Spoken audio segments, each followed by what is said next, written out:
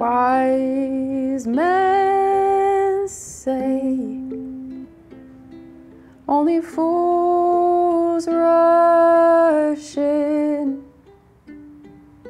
but I can't. Got COVID in 2020 and my lungs were never really the same. And I went through like a series of doctors until I found one who ordered a chest CT to get a good look at my lungs. And at the same time, they found a 2-centimeter nodule on my thyroid.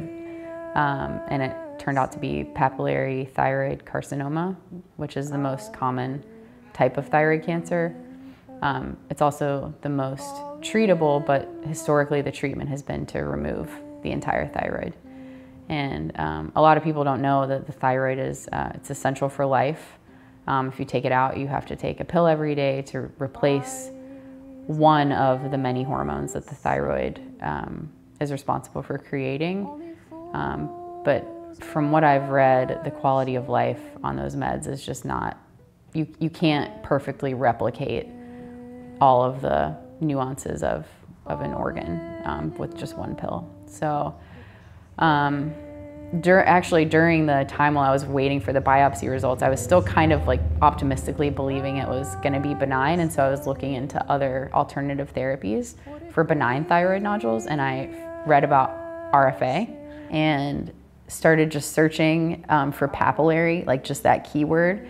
And I started finding people that had actually had it done for cancer.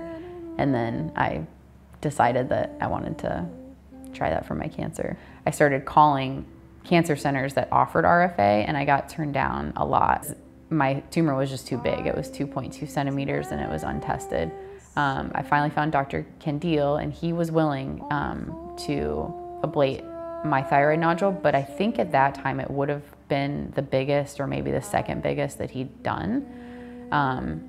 And so I had him, and then I had this German doctor who was like, oh, I've done bigger than that. I've done 4 centimeter. I've done, you know, larger than that. Like in Germany, we just ablate them. We don't even biopsy them, basically, because it's so effective.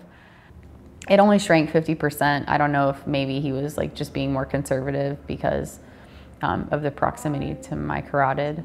But I gave it a year, and at a year it's a centimeter now. And so that's why I came back to Dr. Kandil to have a second treatment. I had conscious sedation this time, which I'm glad I did. Actually, I was pretty nervous about that because I haven't really had anesthesia before.